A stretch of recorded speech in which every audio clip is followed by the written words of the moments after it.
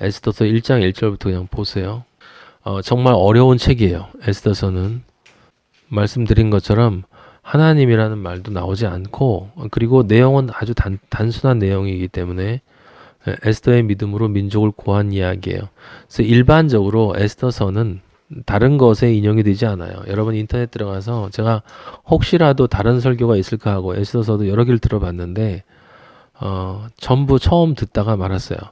그러니까 일단은 에스더가 노예로 끌려왔죠. 노예로 끌려왔는데 부모도 잃었어요. 오는 도중에 부모를 잃어서 고아가 돼버렸지. 고아가 됐습니다. 그래서 사촌 밑에서 자란 거예요. 그 모르드게 밑에서 자랐습니다. 그런 여인이 이제 믿음을 가지고 삶을 사니까 결국 왕후까지 되었다. 하나님의 축복을 받아서 그렇게 잘 살게 됐다. 어려움도 있었지만 그 믿음을 지켰기 때문에 그래서 하나님의 축복받은 삶을 결국 살게 되었다라고 하는 그런 거짓말을 하는 것이 첫 번째 하나가 있고, 또 하나는 두 번째 가장 자주 사용되는 거짓말은 이 에스더가 죽으면 죽으리라는 믿음으로 이스라엘 민족을 구했다라고 하는 사실이에요. 그래서 많은 사람들이, 기독교인들이 이 에스더의 기도, 에스더의 믿음을 가져야 된다. 그 에스더의 믿음으로 그래서 우리가 민족을 위해서 기도해야 된다. 우리 민족이 지금 너무 타락했다. 사회가 동성애로 만연하고 물질주의와 쾌락주의로 만연하고 교회가 전부 기복주의로 빠져 있고, 그러니 이 민족을 위해서 기도하자. 그리고 북한 땅에 너무나 많은 사람들이 지금 굶어 죽어가고 있다. 그러니까 그들을 빨리 통일을 해서 기독교를 전파하자. 그 통일을 위해 기도하자. 라는 말들을 합니다. 예. 참 좋고 그럴듯해 보이지만 우리 하나님 아버지의 뜻과는 전혀 관계가 없는 이야기예요. 여러분한테 분명히 말씀드리지만 우리 하나님 아버지는 하나님의 아들들을 창조해내는 것이 모든 것의 유일한 목적이다라는 걸 기억하셔야 되지. 이 세상에 있는 인간들, 똑같은 이 썩어질 인간들 중에서 어떤 민족을 구하기 위해서 하나님이 이 세상을 오랜 동안 준비하시고 해서 창조하신 게 아니에요. 구약의 이스라엘은 결국 예수 그리스도를 통해서 만들어지고 이루어지고 완성되어질 영적 이스라엘, 교회, 우리 그리스도인들의 공동체, 교회가 에클레시아라고 했잖아요. 아웃 오브, 어디에서 나온다. 클레시아라는 건 불리어진 자들이란 뜻이에요. 그래서 불리어져서 이 세상으로부터, 이 세상 어떤 식으로든 하나님의 것들을 인간적인 것으로만 끊임없이 해석하려고 하는 이 못된 인간들의 세상, 자기 이익을 위해서 하는 놈들도 있고, 소수의 사람들은 하나님을 위해서 성경을 본다고 하면서 또 해석은 자기들 마음대로 한단 말이에요. 그래서 지금 여기 민족을 위해서, 통일을 위해서 기도하자라고 하는 사람들은 인륜적 가치, 그러니까 두 가지야. 이 인간적인 생각을 하는 사람들을 크게 보면 두 가지인데, 하나는 개인적인 복을 위한 개인적인 가치관이나 개인적인 이익을 위해서 기도하는, 성경을 해석하는 사람들이 한 부류고, 또 하나는 개인으로서의 인간이라는 이기심은 아니지만 인류라고 하는 또는 국가나 민족이라고 하는 공동체 중심적인 관점에서 성경을 해석하는 인간들이 있어요. 전자는 굉장히 유치해 보이고 후자는 굉장히 고상해 보여. 왜 그러냐면 인륜을 위해서 움직이는 사람들은 인간들의 관점에서 바라보면 전부 멋있어 보인단 말이에요.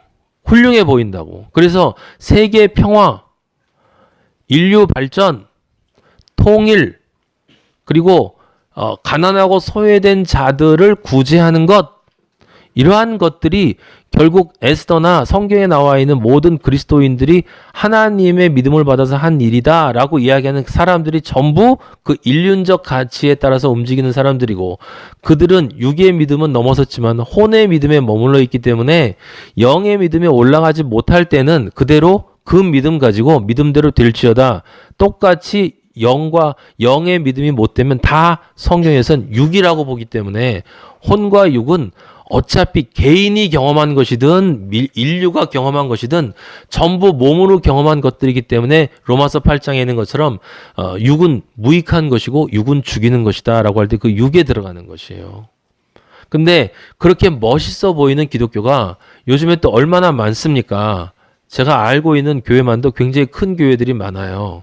이웃을 도와줘야 되고 건물을 크게 짓진 않지만 사람들을 이렇게 분리시켜 내보내고 봉사하고 그리고 사회의 문을 열고 요 노인들을 위해서 무슨 카페를 짓고 양로원을 짓고 어린이집도 져놓고 사회 사람들이 우리 교회를 존경할 수 있도록 교회가 움직여야 된다라고 이야기를 하는 그 모든 사람들. 우리 아버지는 성경에서 끊임없이 에클레시아 거기서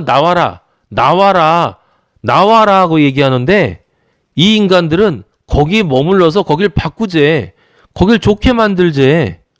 언제 우리 아버지가 남북한 통일되기 위해서 기도하라고 했습니까?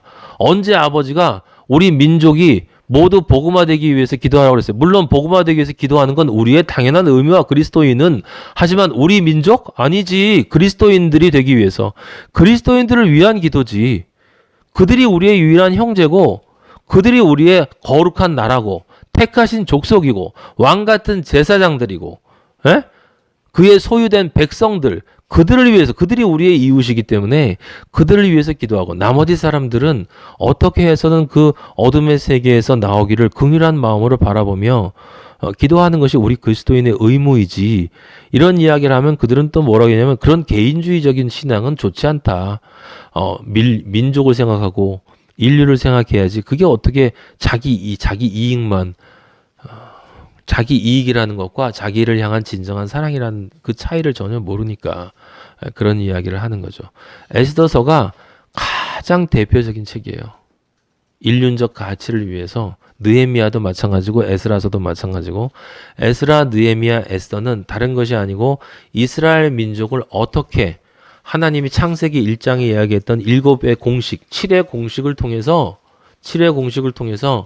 하나님 아버지께서 이루시는가. 이제 이 다음에 누가 나와요? 이 다음에 에스더서는 역사가 끝이야. 여기서 역사가 끝나요. 이스라엘의 역사는. 그 다음엔 시가서고 대예언서와 소예언서만 나온다고. 그 무슨 얘기냐면 아버지의 창조 역사는 한 개인인 하와의 구원에서 가족, 노아의 가족 구원, 그 다음에 아브라함의 부족 구원, 그 다음에 모세의 민족 구원, 다윗의 국가 구원, 솔로몬의 완성을 거쳐서 그 다음에 다시 한번 이스라엘 민족 국가의 구원을 거친 다음에 이제 말라기서가 끝나고 나면 400년의 암흑기를 거쳐서 지금 여기 나와 있는 에스라, 느헤미야, 에스더 이 국가나 민족 이스라엘 국가를 통해서 이루어진 이것을 이제 예수 그리스도가 진짜 예수 그리스도가 오셔서 그 예수 그리스도로부터 어떻게 성령을 통해서 요한계시록의 마지막 심판까지 이루어지는가를 지금 한번 쭉 보여주는 거란 말이에요. 지금 이거. 인류의 구원의 역사를 이스라엘 민족이라는 것으로 축소시켜서 7의 공식을 통해서 보여주는 게 에스라, 느헤미야, 에스더야. 근데 에스더가 독특한 건 왜 그러냐면 그 전에 나와 있는 모든 단계들에서는 무엇이 없냐면 최후의 심판에 대한 얘기가 없어요. 계시록에 대한 얘기에 대한 예표가 없는데 에스더서에는 그 예표가 들어가 있단 말이에요. 그래서 하나의 통일된 책이다. 무슨 아름답고 이쁘고 공주가 돼서 하나님 앞에 예쁜 기도하니까 하나님이 들어주시는 그런 얄팍한 은폐된 백설공주 신화를 가지고 있는 그런 거짓 기독교인들을 위해서 에스더서가 있는 게 아니에요. 이게 얼마나 심각한 책인데. 자, 이제 보도록 하겠습니다. 여러분들이 기억해야 될 것은 다시 한번 에스라서는 구약이었어. 에스라서는 구약과 신약이었어요. 느헤미야서는 성령시대야. 성령시대. 그럼 성령시대가 끝나면 뭐야? 계시록이야. 계시록. 심판이란 말이에요. 심판. 에스더서는 바로 그에 대한 이야기예요. 그에 대한 이야기. 엄청 심각한 책이에요. 1장 1절. 이 일은 아하수에로 왕 때에 있었던 일이니 아하수에로는 인도로부터 구스까지 127지방을 다스리는 왕이라. 아하수에로 왕은 제가 말씀드린 것처럼 그 뒤에 있는 에스라가 갔던 아닥사스다와 그 앞에 고레스 사이의 왕이에요. 그러니까 역사적으로 보면 중간에 끼는 왕인데 지금 성경에는 맨 마지막에 역사의 맨 마지막에 등장했어요. 이건 무슨 뜻이냐? 아버지는 역사에 관심이 없으시다는 뜻이야. 다시 한번. 아버지는 역사에 관심이 없어요. 인간적인 역사로 성경을 바라보는 것도 관심이 없고 인간적인 문헌들을 통해서 성경을 보는 것도 아버지는 관심이 없어요. 그런 인간들은 전부 그 혼의 믿음을 통해 자기가 생각하는 지식의 믿음으로 빠져서 진짜 아버지를 만나지 못하게 되는 거예요. 아하수에로 왕은 다른 존재를 상징하는 게 아니라 심판하시는 우리 하나님 아버지를 상징하는 거예요. 하나님 아버지, 삼위일체이신 하나님 아버지를 상징합니다. 거기 뒤에 보면 아하수에로 왕 때 하나님의 때 아하수로는 누구냐면 인도로부터 구스까지. 인도에서 구스는 이 당시에 전 세계를 뜻하는 거야. 그래서 알렉산더 대왕이 인도까지 세계 정벌을 떠났어요. 구스는 아프리카 대륙을 상징하는 것이고 그 모세가 구스 여인을 아내로 삼았었죠. 아프리카에서 인도까지 무엇을 뜻합니까? 전 세계를 뜻하는 거야. 온 세상. 그 온 세상이란 건 도대체 뭐냐? 127지방이에요. 127지방. 120은 12 곱하기 10이야. 12 곱하기 10을 7로 다스리는 거야. 12는 제가 여러분들에게 말씀드렸죠. 구약 12, 12지파, 신약 12사도. 구약 12지파, 신약 12사도. 12라고 하는 것은 뭐냐? 삼위일체이신, 삼위신 하나님이 우리의 동서남북에 계시면 3333 해서 내 존재 전체가 하나님, 삼위일체 하나님으로 통치받는 상태가 12예요. 12. 그래서 12지파와 12사도야. 다른 모든 종교는 예를 들어 불교에서 108번뇌라고 하면 그 108이 왜 나왔는지 몰라. 107이면 어떻고 109면 어때? 그런 거 설명 못해. 성경은 하지만 그렇게 애매모호하고 추측성으로 정한 게 아니에요. 성경은 불교에서는 동방 정토가 있고 서방 정토가 있어. 동방에도 정토가 있고 서방에 정토가 있어. 성경은 그렇게 얘기하잖아요. 동방은 정토가 아니야. 동방은 죄의 자리야.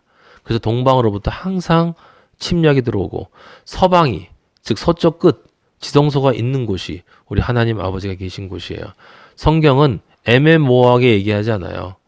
그렇다고 해서 그게 또 우리가 생각하는 그 동서남북의 그 지역을 뜻하는 게 아니야. 존재 전체를 나타내는 것이지.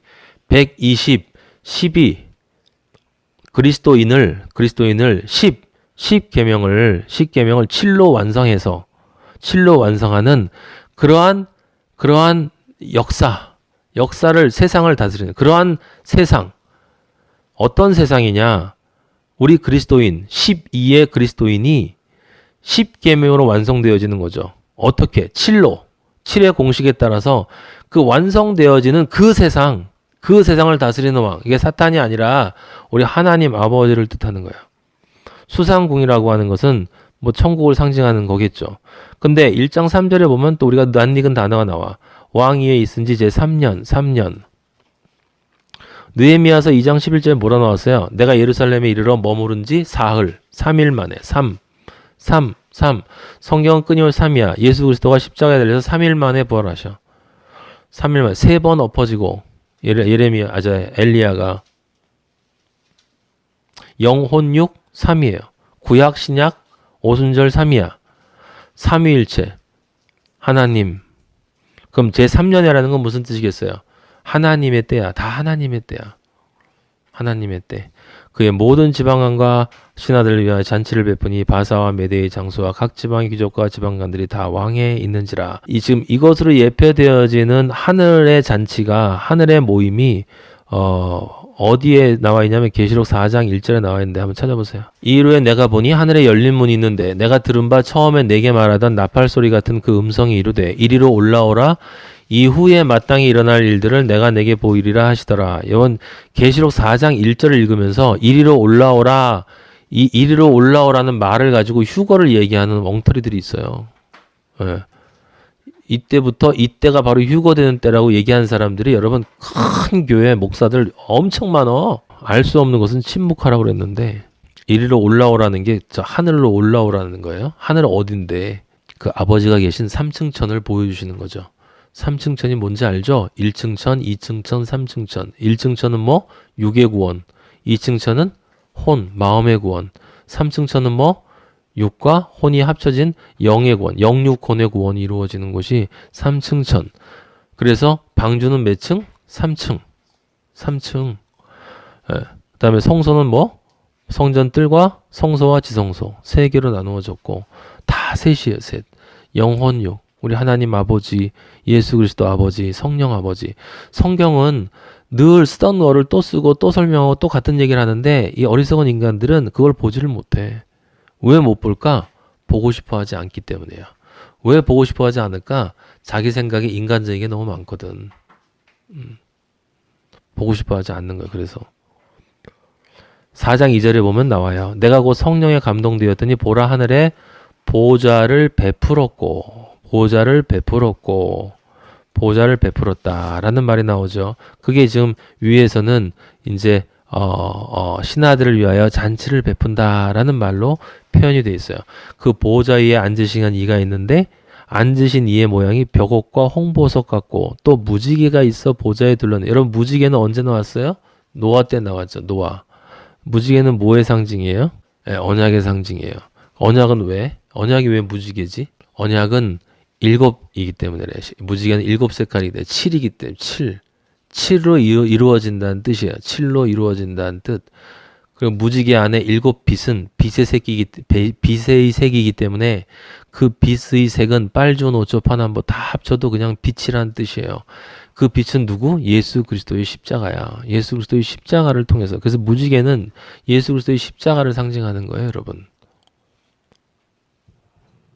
그리고 그 십자가를 마음에 간직한 수없이 많은 다양한 그리스도인들을 상징하는 거예요, 또. 예. 은혜로 보면 그렇게 보여요. 예. 보좌에 둘렀는데 그 모양이 녹보석 같다. 여기 녹보석 같다. 이 4장 3절 잘 기억해도 여러분. 예. 무지개가 있어 보좌에 둘렀는데 그 모양이 뭐 같다라고? 녹보석 같다고 그랬어요. 녹보석. 요거를 잠깐만 제가 볼 텐데 어디 보냐면 에스더서 1장 6절 다시 한번 봐요. 거기 보면 이렇게 쓰였어요. 백색, 여기 7일 동안 잔치를 베푸는 이야기가 나오는데 거기 보면 백색, 그 다음에 무슨 색? 녹색. 그 다음에 무슨 색? 청색. 그리고 뭐? 자색.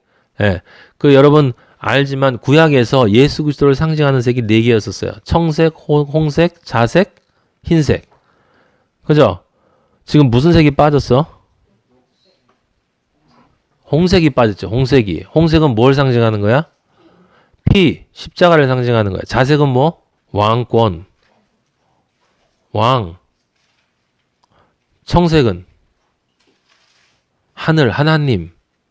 하나님, 청색은 하나님. 자색은 뭐? 귀족, 왕. 왕을 상징하는 거고. 홍색은 뭐? 십자가, 희생을 상징하는 거고. 백색은 뭐요?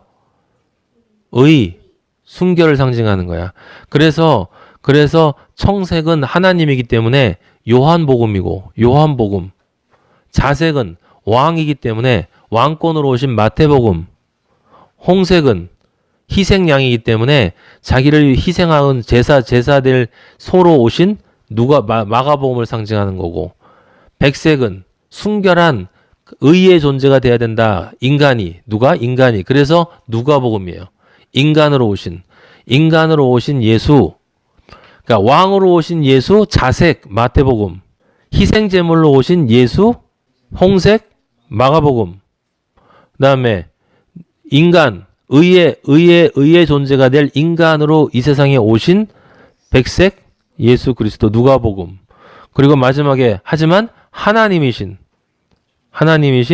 우리 청색. 그게 요한복음이에요. 그래서 4복음이야.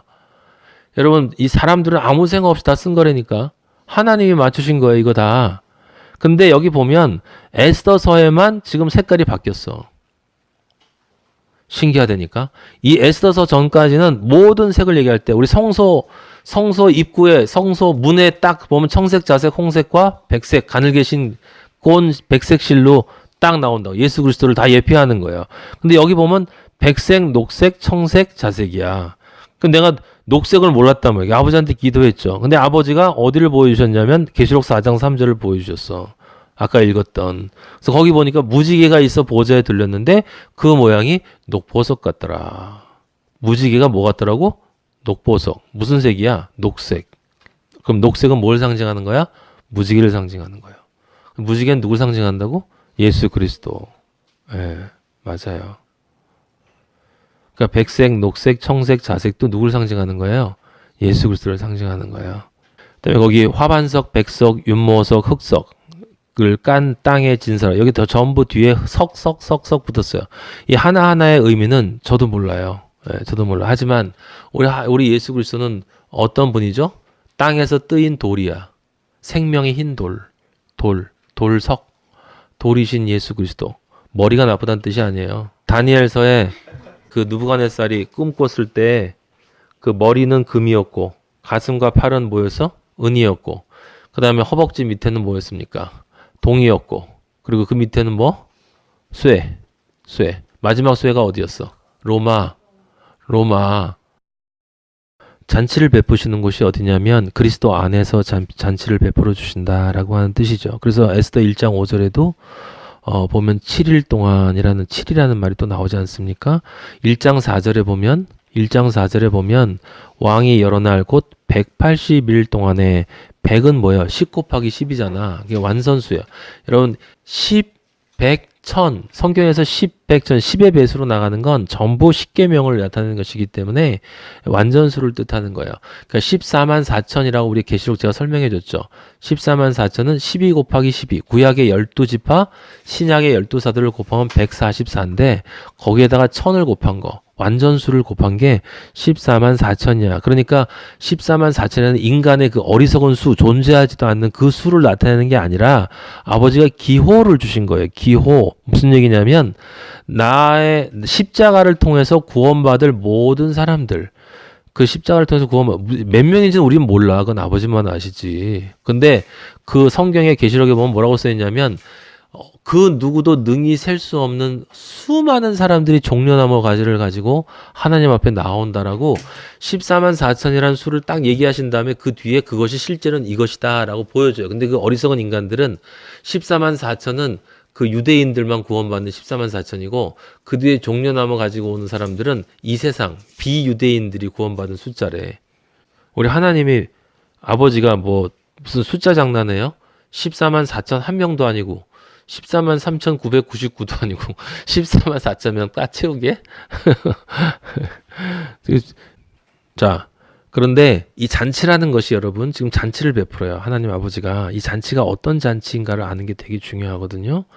그 잔치가 어떤 잔치인가를 알 수 있는 방법은 1장 7절에 보면 알아요. 그 1장 5절과 6절에 지금 아버지가 완전하게 이루신다라는 뜻이 있고 7의 공식으로 잔치를 베푼다라는 말이 있고 6절에 보면 예수 그리스도가 나와 있고 그 7절에 보면은 근데 재미있는 말이 있죠. 거기 뭐냐면 금잔으로 마시게 한다. 근데 잔의 모양이 각기 다르대. 그 다음에 어주가 한이 없어. 왕이 풍부해서 어주는 왕이 내리는 그 술을 나타내는 거죠. 근데 마시는 것도 8절에 보면 마시는 것도 법도가 있대요. 법도. 그냥 마시는 게 아니라 법도가 있어. 그럼 법도가 있으면 뭐 이렇게 방식이 있는 거 아니냐라고 할 수 있는데 거기 옆에 보면 억지로 하지 않게 하니 이상하잖아요. 법도인데 억지로 하지 않게 하는 게 법도래. 각 사람이 마음대로 하게 함이더라. 이게 무슨 뜻이에요? 자신이 정말 간절히 원해서 해야 된다는 거야. 자신이 정말 간절히 원해서 뭐 하라는 거야? 술 마시라는 거야. 그 술, 어주가 무슨 술이겠어요? 포도주지, 당연히. 우리 예수 그리스도가 세상에 계실 때 그 제자들이 와서 나를 높은데 당신이 저기 임금 자리에 앉으면 높은데 올려주세요 라고 얘기했어요. 그러니까 예수님이 뭐라고 그랬어요? 너 내가 마시는 잔을 너 마실 수 있니? 물어봤어요. 내가 마시는 잔을 너 마실 수 있니? 그랬더니 네 마실 거예요. 얘기했다면 그게 무슨 말인지도 모르고 너는 분명히 마실 거다. 안드레야 넌 분명히 나와 똑같이 십자가에 순교를 하게 될 거야. 네 삶을 나를 위해서 바칠 거야. 잔을 마신다라는 건 십자가를 진다는 뜻이에요. 십자가의 존재가 십자가에 매달린다는 뜻이야. 근데 제자들은 그 말 뜻을 모르기 때문에 마실 수 있죠. 네, 마시긴 마시겠는데 내 우편에 누구 줄지는 하나님 아버지 결정하신다라고 얘기를 했었어요. 금잔으로 마신다는 건 무슨 뜻이겠어요? 정금같이 나와야 되는 것이기 때문에 의의 포도주를 마셔야 되는 거야. 의의 포도주를 마셔야 돼. 그러니까 의의 십자가를 져야 된다는 거예요. 당연하죠. 그리스도인은 당연히 금잔으로 마셔야 돼. 예수 그리스도가 의의 잔이야. 의의 잔. 잔을 마신다는 건 나를 부인하고 내 십자가를 매일 날마다 지고 하나님을 따르는 거. 그래서 잔의 모양이 각기 달라. 무슨 소리예요? 우리는 다 예수 그리스도가 안에 있지만 각자의 삶이 다 달라. 각자의 삶이 다 달라요. 근데 왕이 풍부해. 어주가 한이 없어. 우리 하나님 아버지는 성령을 한량없이 부어주세요. 한량없이. 은혜를 한량없이 부어줘. 여러분 십자가를 지고 사는 삶이 은혜라는 게 믿어집니까? 내가 나를 부인하고 아버지 내 십자가를 지고 매일매일 살아가는 거. 기독교인들은 그걸 고통이라고만 생각해요. 고통. 그게 어떻게 고통이야? 내가 하나님의 아들로 지어져 가고 있는 건데 그게. 내 잘못된 것들을 깎아내는 건데. 여러분 병원에 가서 암세포 수술하면 그 고통스럽다고 못하겠다고 합니까? 예? 엉덩이에 고름 생기고 진물 나면 그걸 짜내는 거를 고통이라고 얘기를 해요. 의사가 이것만 짜면 온전하게 깨끗해집니다. 그러면 그게 고통입니까? 그건 기쁨이에요. 기쁨. 기쁨. 우리 하나님 아버지는 성령을 한량없이 부어주셔서 우리가 하나님의 아들로 지어져 가는 것을 온전하게 이루어 줄 수 있도록 도와주시는 거예요. 그런데 그 길을 우리 하나님 아버지가 율법으로 요구하지 않으신다고. 네 믿음대로 될지어다. 너 원하는 게 뭐니? 너 원하는 게 뭐니? 내 잔 마시고 싶니? 아니면 세상에 살고 싶니? 너 이 세상에서 높아지고 싶니? 아니면 하늘나라에서 높아지고 싶니? 세상의 잔치라고 생각하면 곤란한 거죠.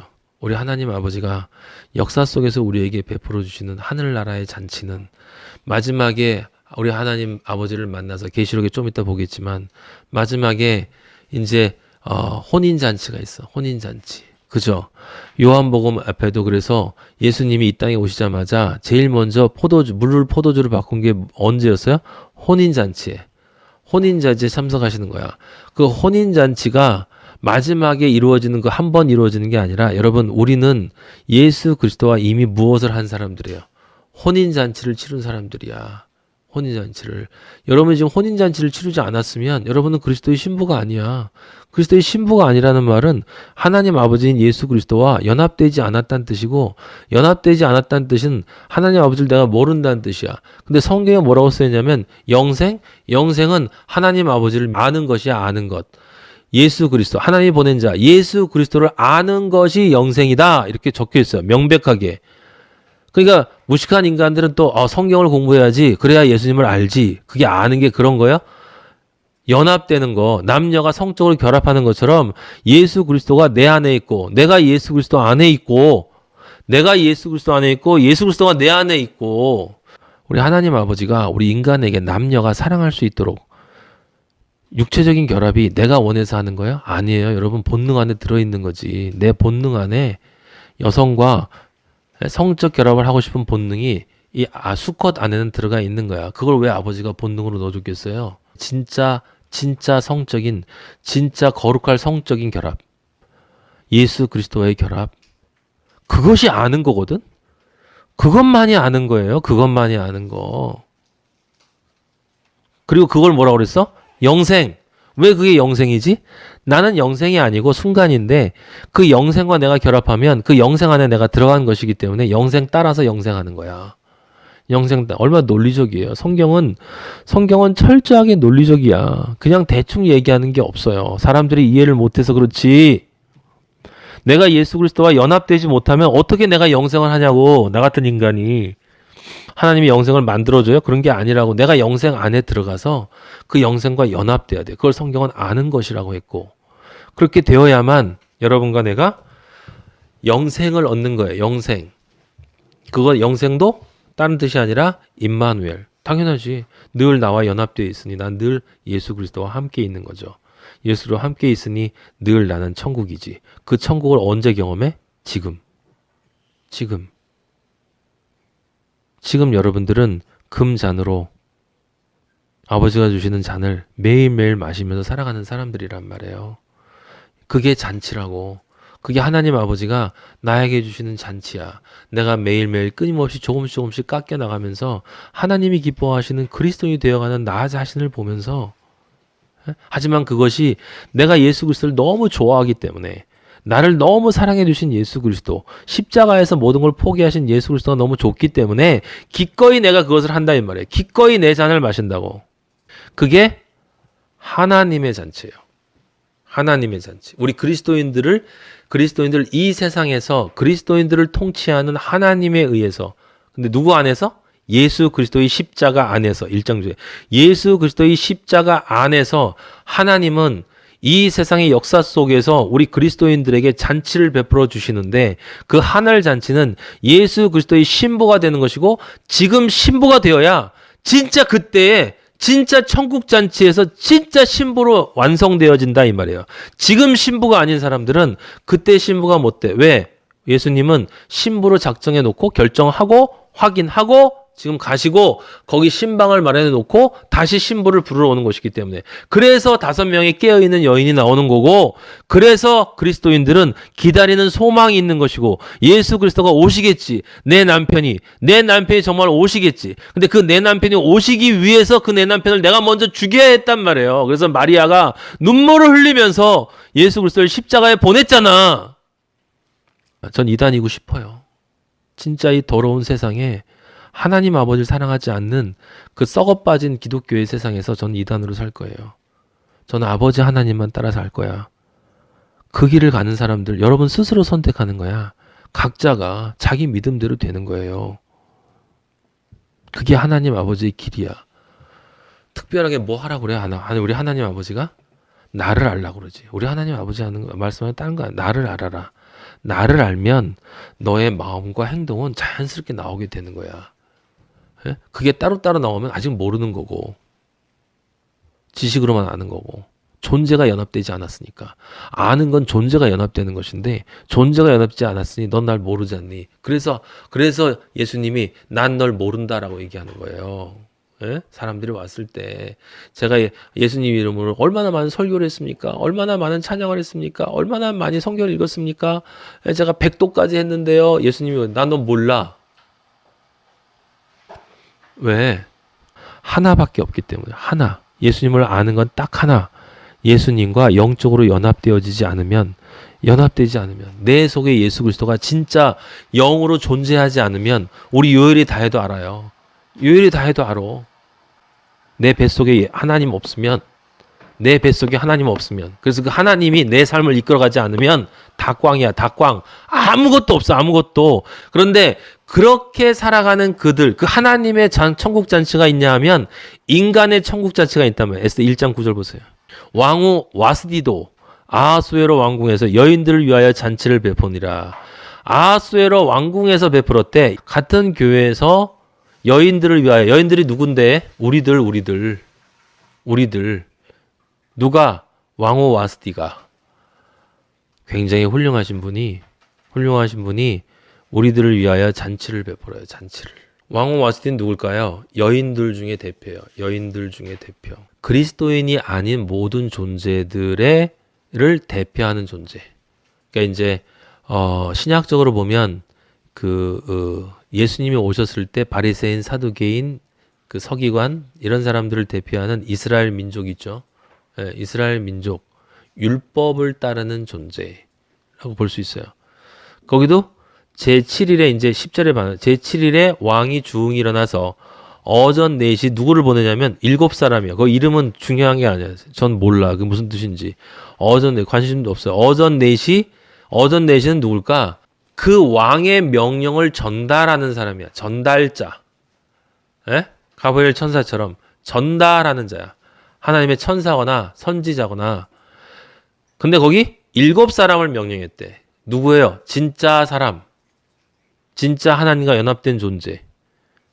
메신저를 보냈어. 그래서 왕후 와스디를 청했어. 왕후의 관을 정제해라. 왕후의 관이라는 건 뭘까요? 진리의 사람이 됐다라는 증거이고 왕 앞으로 나오게 하여 그의 아리따움, 얼마나 아름다운지를 뭇 백성과 지방관들에게 보이게. 자, 이거 그냥 읽으면, 육으로 읽으면 지금 왕이 이 왕비가 이쁘니까 나오라고 그래서 자기 사람들 앞에 자랑하려고 하는 거잖아.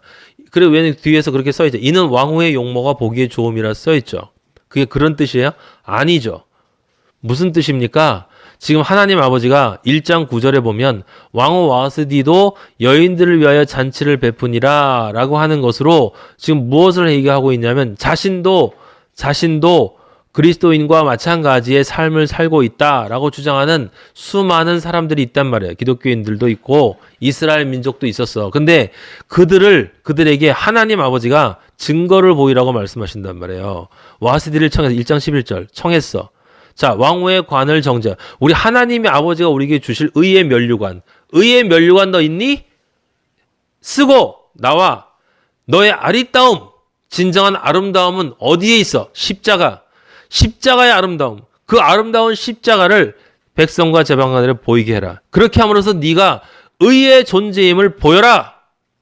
네가 그리스도의 신부될 자격으로서의 모습이 있다면 그것을 보여라. 용모가 보기에 좋음이라. 왕후의 용모가 보이기에 좋음이라. 이건 용모가 보기에 세상적인 관점에서 그가 사람들이 볼 때 좋은 것은 중요한 것이 아니다. 용모가 보기에 좋아도 우리 하나님이 얘기하실 때 진짜 아리따움이 있니? 정말 아름다움이 있니? 면류관이 있니? 의의 면류관이 있니? 그러나 왕후 와스디는 내시가 전한 명령을 따르기를 싫어하니 왕이 진노하여 마음속에 불붙는 듯하더라. 따르기를 싫어했다는 뜻은 뭐예요? 따르기를 싫어했다는 건 오지 않았다는 뜻이지. 오지 않았다는 뜻은 이미 그가 아름다운 십자가의 순종의 존재가 아니란 뜻이야. 그리고 당연히 그에게는 의의 면류관이 없어. 따르기를 싫어한다는 건 따를 수 없다는 것을 뜻해요. 따를 수 없다는 것을 뜻하는 것은 바로 그 다음에 그 존재는 믿지 않으므로 이미 심판받았다. 그래서 왕의 진노야. 왕의 진노. 그가 어떤 죄를 범했는가? 그리스도인처럼 보이고 신앙이 있는 것처럼 예수 그리스도와 연합된 것처럼 보이지만 어떤 사람이냐? 신랑에게 불복종하는 신부야. 그리스도에게 순종하지 않는 교회를 지금 뭐 했냐면 청량했어요. 측량했다고. 측량했더니 불합격. 그래서 왕이 사례를 아는 현자들에게 물어요. 어떻게 해야 되냐? 거기도 보면 1장 14절에 7지방관이 나와. 7지방관. 전부 7이야. 전부 7. 무슨 소리야? 일말에 오차도 없다는 뜻이야. 하나님의 지혜라는 뜻이야. 하나님의 지혜. 여러분. 예. 그러니까 1장 16절에 왕후 와스디가 왕에게만 잘못했을 뿐 아니라 아하수에로 왕의 각 지방의 관리들과 뭇 백성에도 잘못하였으니 무슨 얘기냐면 1장 17절에 왕후의 행위의 소문이 모든 여인들에게 전파되면 그들도 그들의 남편을 멸시할 것인즉. 지금 무슨 얘기를 하는 것입니까? 이스라엘이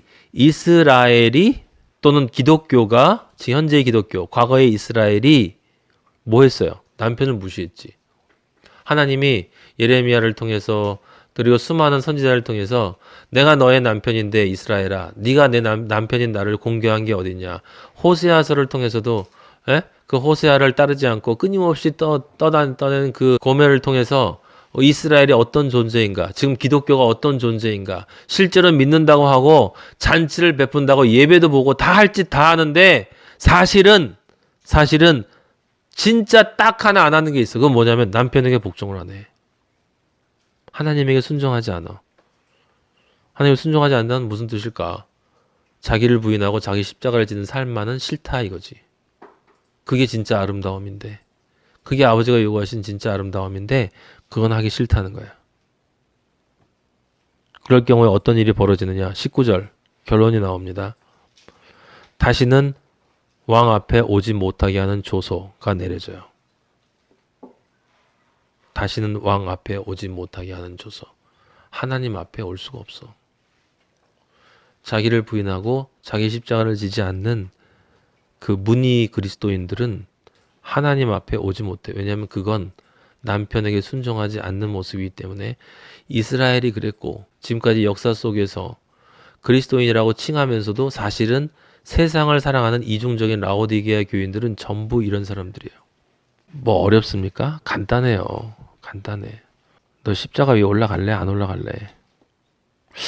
글쎄요. 십자가가 좀 각이 져서 좀 기름이 좀 묻어서 미끌미끌해서 저 십자가 진짠가요? 그래서 가기 싫어요라는 표현을 굉장히 다양하게 해요. 우리는요. 머리가 좋아서. 성경이 이해하기 힘들어요. 이해하기 힘들긴 뭐 힘들어. 하나만 제대로 이해하면 되는데. 하나만. 우리는 아버지가 살아계신 걸 보고 우리가 와서 말씀을 듣고 지금 말씀을 듣는 건 예수 그리스도를 보는 거예요. 지금 이 자리에서 지금 우리 예수 그리스도를 보는 거거든. 예수 그리스도가 나를 얼마나 사랑해줬고 예수 그리스도가 내 남편을 진짜 있는 존재구나라는 예수 그리스도를 경험하고 말씀이 영으로 진짜 말씀을 읽으면 그 말씀이 예수 그리스도거든. 여러분이 진짜 지금처럼 말씀을 영으로 보게 되면 지금 우리는 예수 그리스도를 만나고 있는 거예요. 연합되어지고 있는 거란 말이에요. 지금 연합되어지고 있는 건데 근데 이런 상황에서 나에게 만약에 딴 생각이 나고 이런 상황에서 내가 이것이 잘 이해가 안 되고 이런 상황에서 내가 하나님 아버지가 주신 이런 말씀에 나에게 기쁨이 들어오지 않는다면 그러면 그게 연합된 거냐 이 말이에요. 그럼 다시 처음부터 시작해야 돼. 빨리 회개하고 1장 22절에 아버지의 뜻이 그래서 나오지 않습니까? 남편이 자기의 집을 주관하게 하고 자기 민족의 언어로 말하게 하라. 남편이 자기의 집을 주관하게 하고 성경의 신약에는 빌립보 거기 뭐라고 나와 있어요? 교회는 그리스도에게 복종하라 그랬거든. 교회는 그리스도에게 복종하라. 남편이 자기의 집, 교회를 주관하게 하는 거예요. 왜? 머리이기 때문에. 예수 그리스도가 교회의 머리이시기 때문에 예수 그리스도가 교회를 주관하는 거예요. 자기 민족의 언어로 말하게 하라. 다른 민족의 언어로 말하면 안 돼. 자기 민족은 누군데? 택하신 족속. 그럼 우리는 무슨 언어로 말해야 돼요? 진리만을 말해야 되는 거야. 진리.